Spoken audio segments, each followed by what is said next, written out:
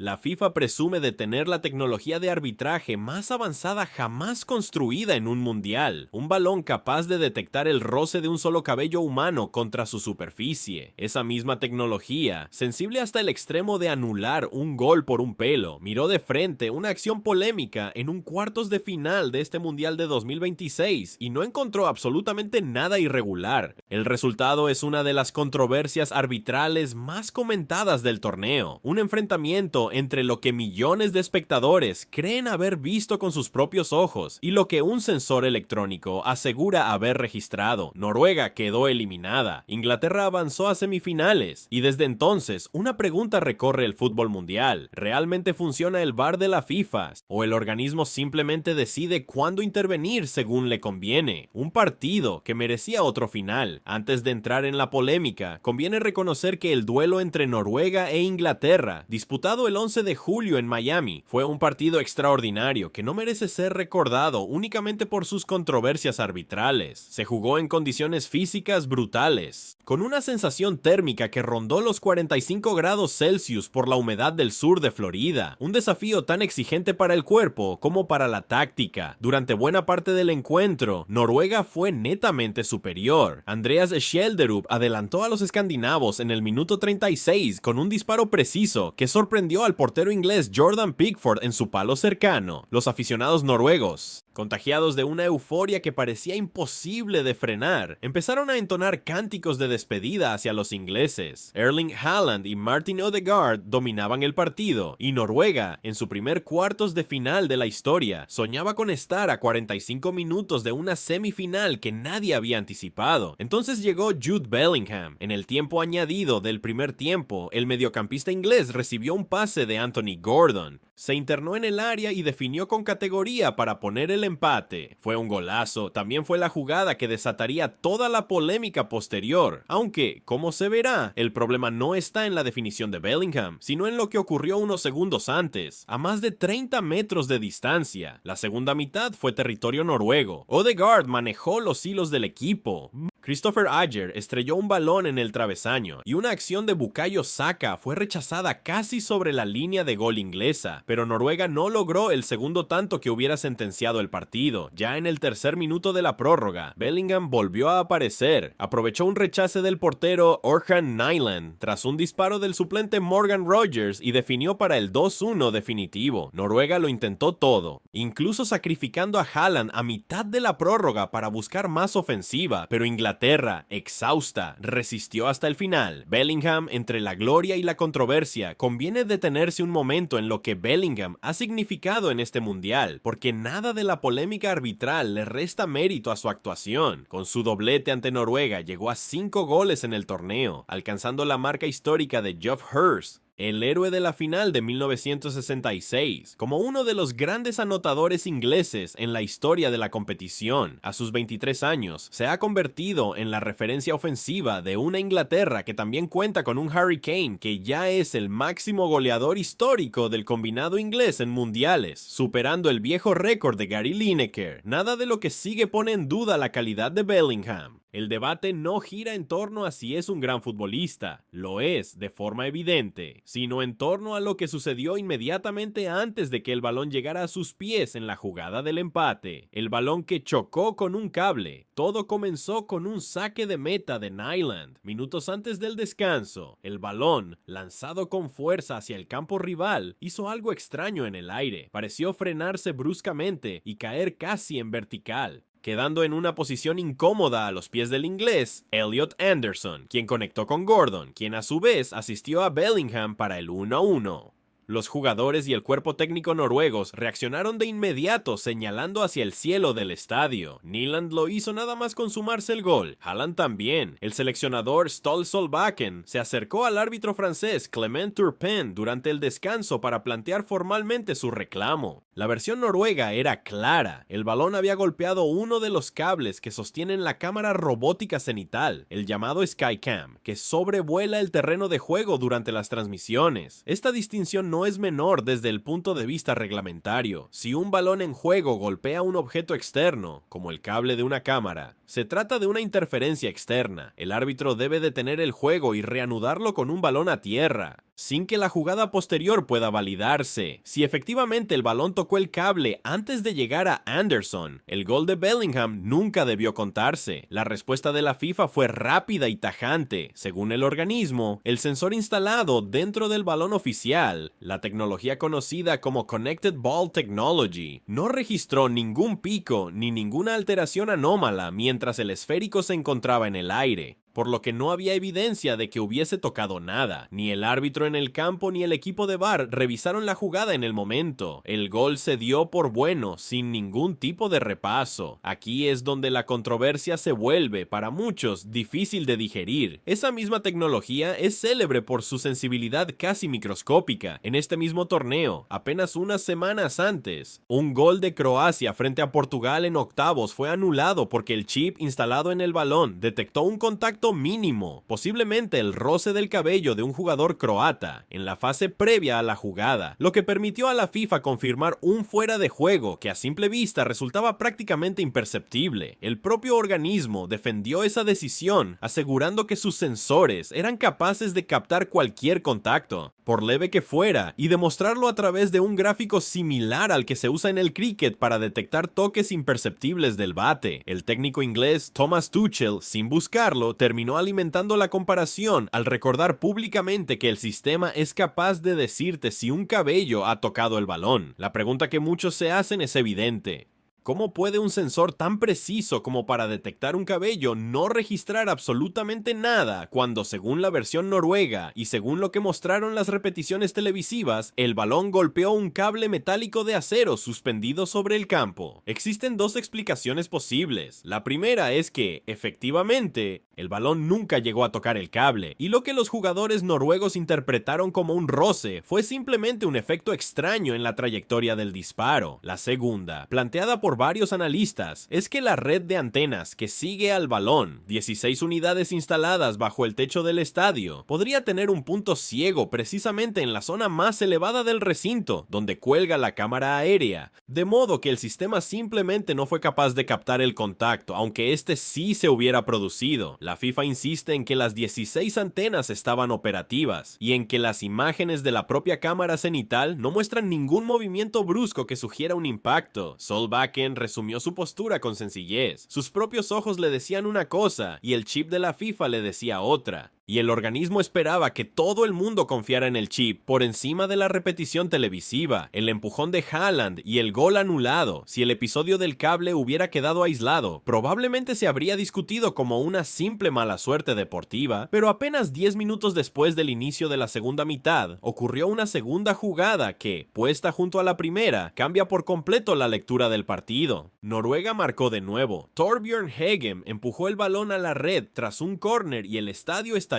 en júbilo. Sin embargo, el VAR intervino esta vez, sí, revisando minuciosamente la acción previa al córner y determinando que Haaland había cometido una falta sobre Anderson. Un empujón claro con las dos manos antes de que se ejecutara el saque de esquina.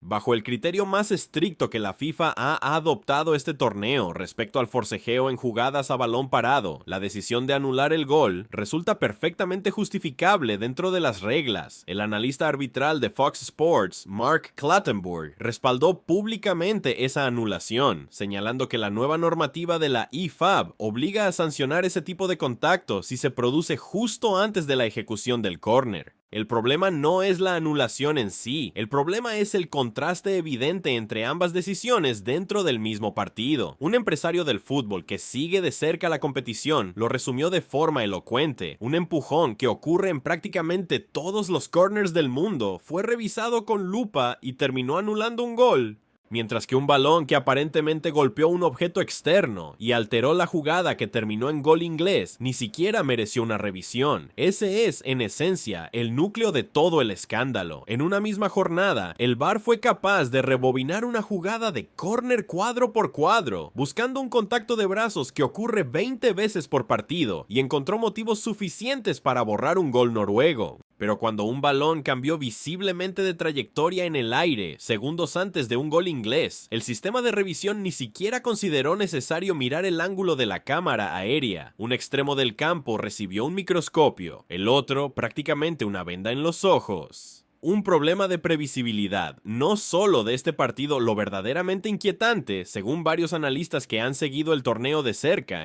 no es tanto si Haaland empujó a Anderson o si el balón rozó el cable, sino que nadie que observe el campeonato puede predecir de antemano cuándo el VAR decidirá intervenir con rigor forense y cuándo optará por dejar pasar una jugada sin siquiera revisarla. Un sistema imprevisible es, por definición, un sistema en el que resulta difícil confiar. La otra cara, no todo favoreció a Inglaterra, sería injusto. Sin embargo, presentar el relato como si la FIFA hubiera favorecido a Inglaterra durante los 90 minutos completos, porque los hechos no respaldan esa versión simplificada. Conviene tomarse en serio los argumentos a favor de la FIFA antes de sacar conclusiones apresuradas. En primer lugar, el propio chip del balón sí registró que no hubo contacto, y esa tecnología, como se ha explicado, tiene un historial de extrema sensibilidad. Existe, por tanto, una posibilidad real de que el balón nunca tocara el cable, y que la percepción de los jugadores noruegos, en medio de una jugada rápida y confusa, fuera simplemente errónea. El propio experto arbitral Graham Scott planteó que resulta poco realista esperar que un equipo de VAR esté revisando constantemente los ángulos de las cámaras situadas en lo más alto del estadio mientras analiza una jugada de ataque, y advirtió del riesgo de que los árbitros se vuelvan tan forenses que terminen inventando problemas en goles perfectamente legítimos. En cuanto al empujón de Haaland, las reglas son las reglas, y el contacto con Anderson fue real. Incluso los aficionados ingleses más entusiastas reconocen que los dos goles de Bellingham fueron de una calidad indiscutible, y que el segundo, el de la prórroga, no tuvo absolutamente nada que ver con la polémica del cable. Nació de un rechace del propio portero noruego tras un disparo rival. Es más, el propio Haaland, con todo el derecho a sentirse perjudicado, evitó hablar de robo tras el partido, y calificó lo sucedido como una decisión ajustada que pudo caer para cualquiera de los dos lados, añadiendo generosamente que Inglaterra es un buen equipo. Solbakken, por su parte, aseguró que podría sentarse a lamentarse, pero prefería no hacerlo. Cuando las presuntas víctimas de una injusticia reaccionan con esa mesura, conviene ser cauteloso antes de gritar más fuerte que ellas. Hay además un detalle que desmonta la idea de que el VAR favoreció a Inglaterra durante todo el partido. En los minutos finales, los ingleses reclamaron un penalti después de que Jed Spence cayera tras un contacto con Oscar Bob, y el árbitro Turpin inicialmente señaló el punto. Fue el propio VAR el que llamó al colegiado al monitor y revirtió esa decisión, quitándole a Inglaterra una oportunidad clara en un momento decisivo de un partido de eliminación directa. Ese dato, poco mencionado en medio de la indignación general, sugiere que no se trató de un árbitro inclinándose sistemáticamente hacia un lado, sino de una serie de decisiones ajustadas que se repartieron en direcciones distintas.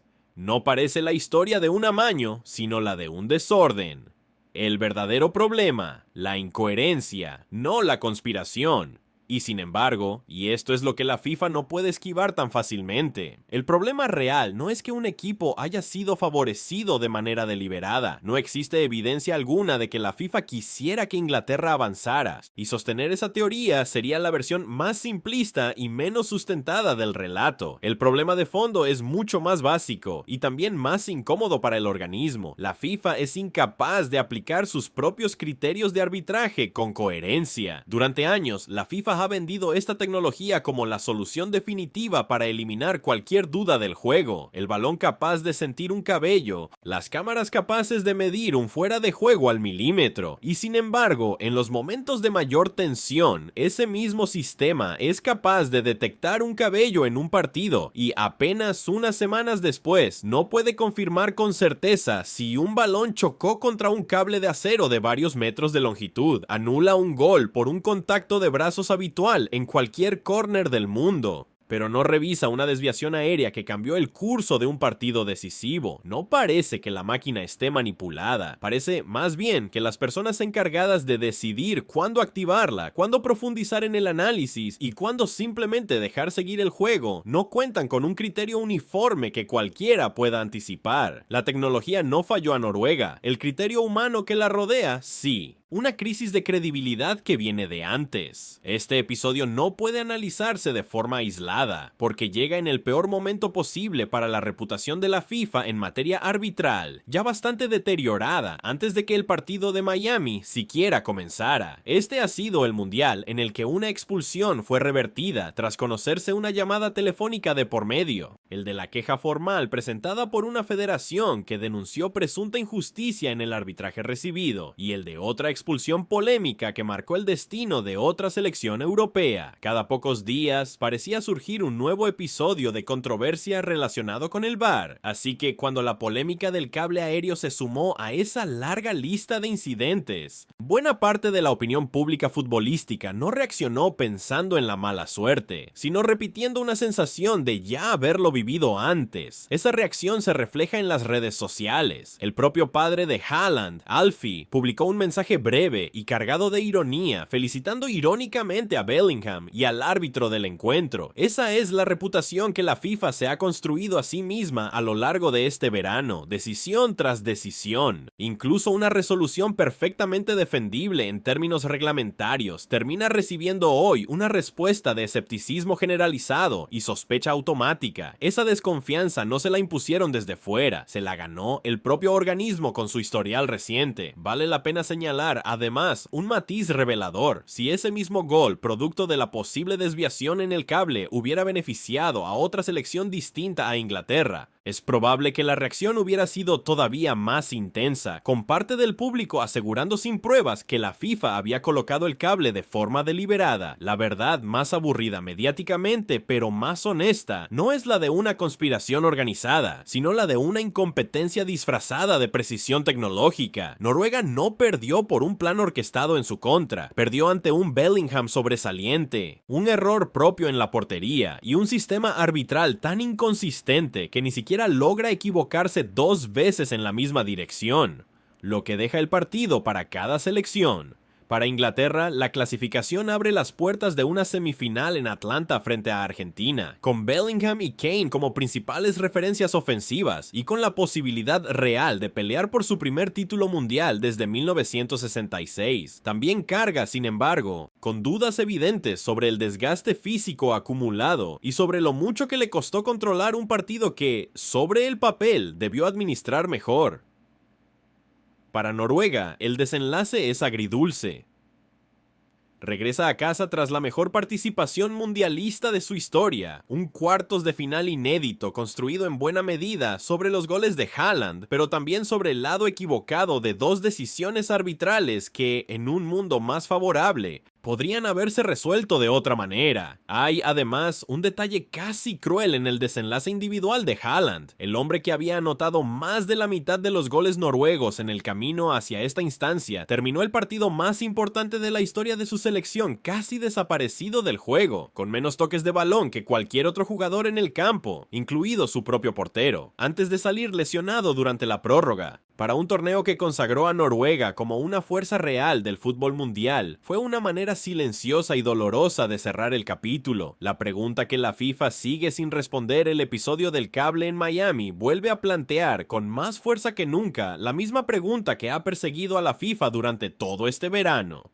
¿De qué sirve contar con la tecnología de arbitraje más avanzada jamás construida si nadie puede confiar en el criterio de las personas que deciden cuándo utilizarla? Un sistema capaz de detectar un cabello, pero incapaz de confirmar el impacto contra un cable metálico, capaz de rebobinar minuciosamente un forcejeo habitual en un córner, pero incapaz de mirar hacia arriba en el momento decisivo. La brecha entre la precisión que promete la tecnología y la inconsistencia con la que se aplica es, hoy por hoy, el verdadero problema de la FIFA, mucho más que cualquier acusación puntual de favoritismo hacia un equipo u otro. Con Inglaterra ya instalada en semifinales frente a Argentina, el debate sobre lo ocurrido en Miami seguirá abierto durante días, pero la lección de fondo, más allá del resultado de un partido concreto, es que la FIFA ha construido una herramienta capaz de eliminar casi cualquier margen de duda en el fútbol, y sin embargo, en los momentos que realmente importan, sigue siendo incapaz de demostrar que sabe usarla con un criterio en el que todos, ganen o pierdan, puedan confiar por igual.